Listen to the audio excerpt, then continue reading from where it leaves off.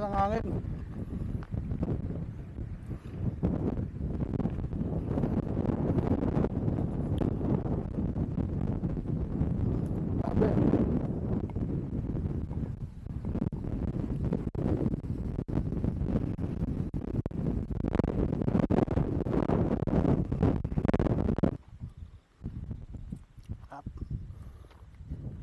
Ganda dito.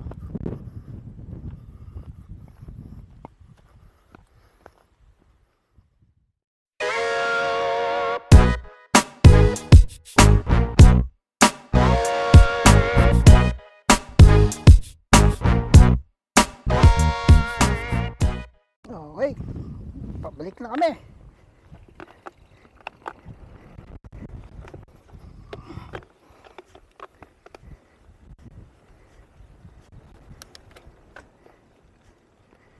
Pabalik na.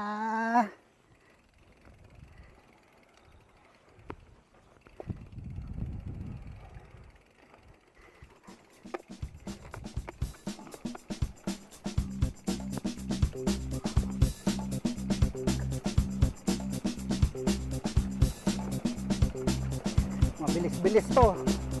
Konti lang naman yung ahon eh.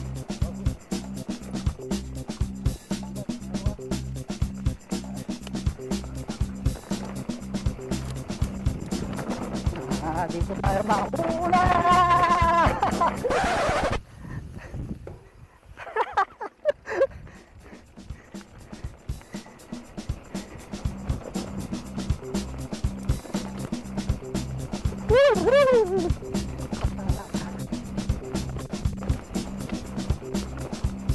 Dito tayo malakas sa downhill.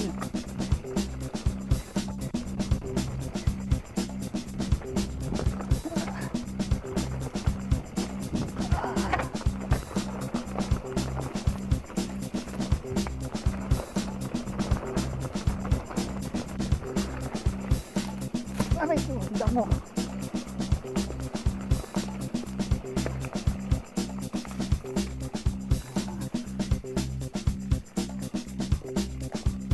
Tayo malakas sa downhill. Yan ang mga paborito ko.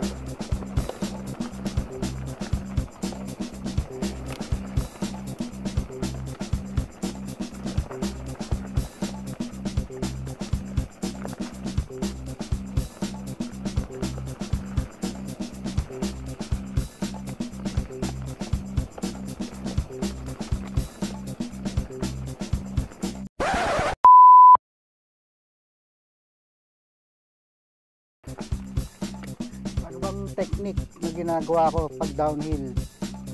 Pag downhill kasi, as much as possible, wag kang gumamit ng brake para kumapit yung gulong. Kasi once na mag-brake ka na napalakas ang pisil mo sa brake, panigurado mag-i-skid yan, mawawalan ka na ng traction.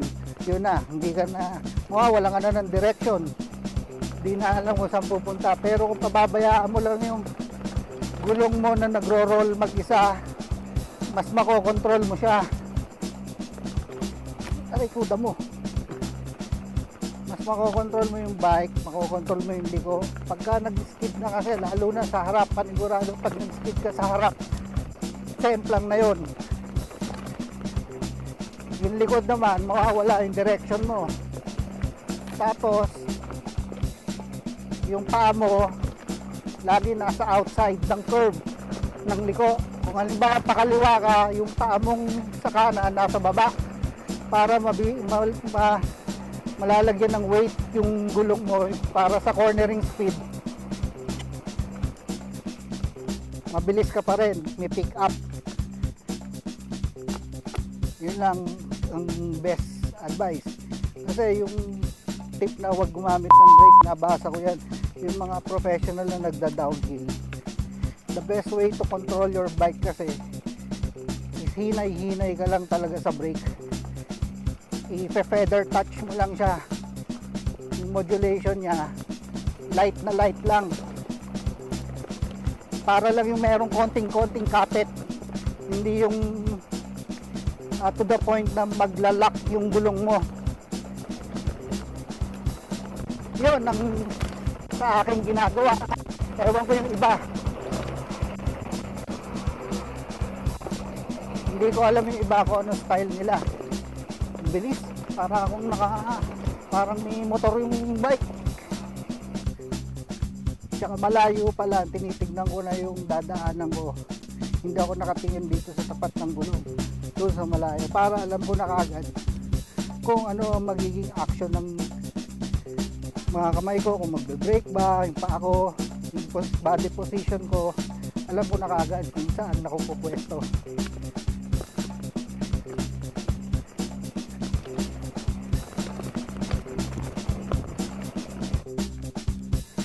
Naman ang ginagawa ko, pacing lang. Kung ano yung kaya ko, ganun lang kabilis.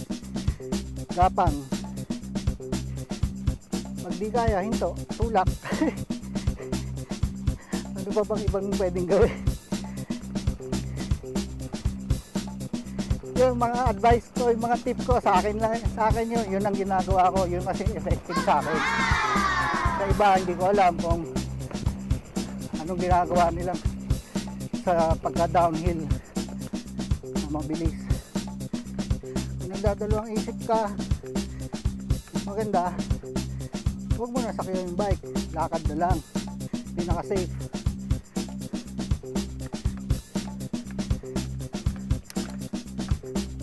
Yun ang best way. Pero kung tingin mo naman kaya mo siyang sakyan, go ahead. Basta ingat lang talaga.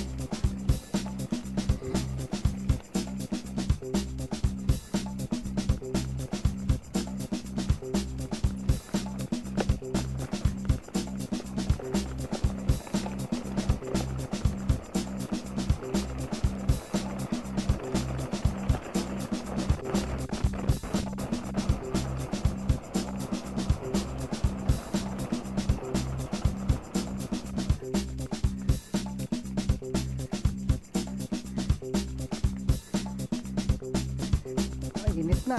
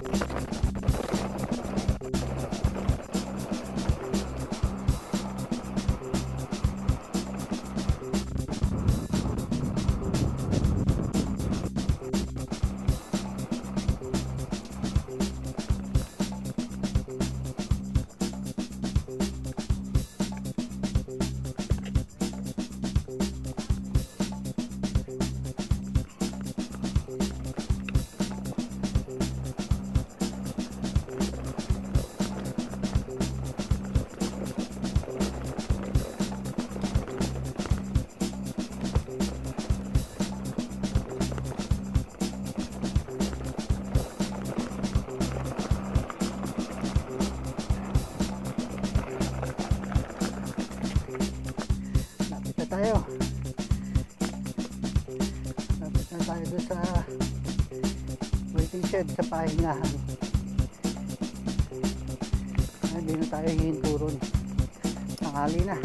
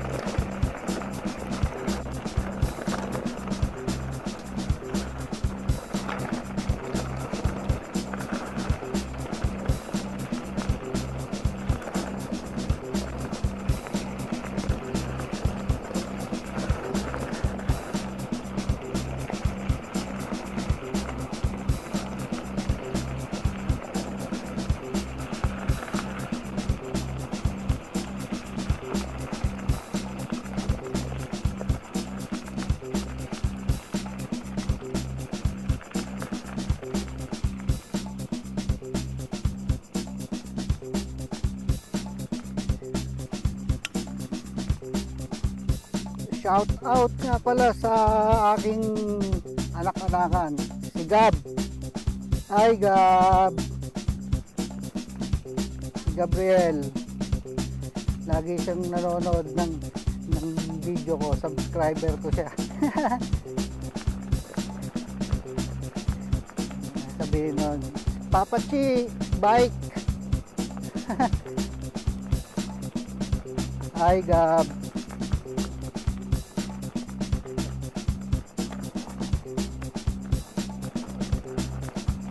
Lumuluwag na yung daan dito, yung kalye.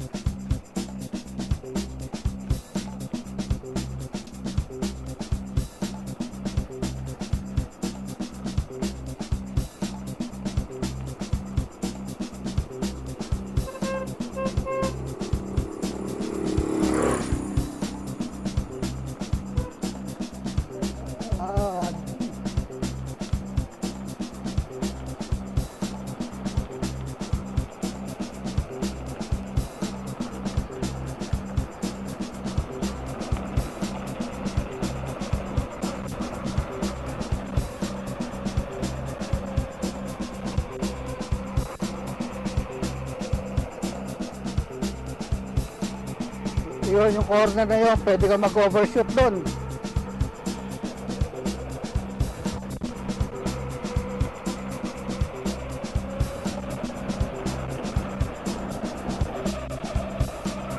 Ito pa. Ayan, pwede mag-overshoot dyan.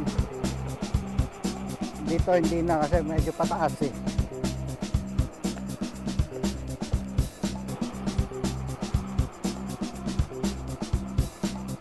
Hanggang dito na lang. Sana na-enjoy nyo yung video. Marami tayong pupuntahan pang ibang lugar. Marami pa tayong i-explore. So click like, share, and subscribe. Click nyo na rin yung notification bell para malalaman nyo kung meron akong bagong video in-upload. Okay. Thank you mga mare ko, pare ko. Keep safe everyone. Wear your face mask. Bye bye.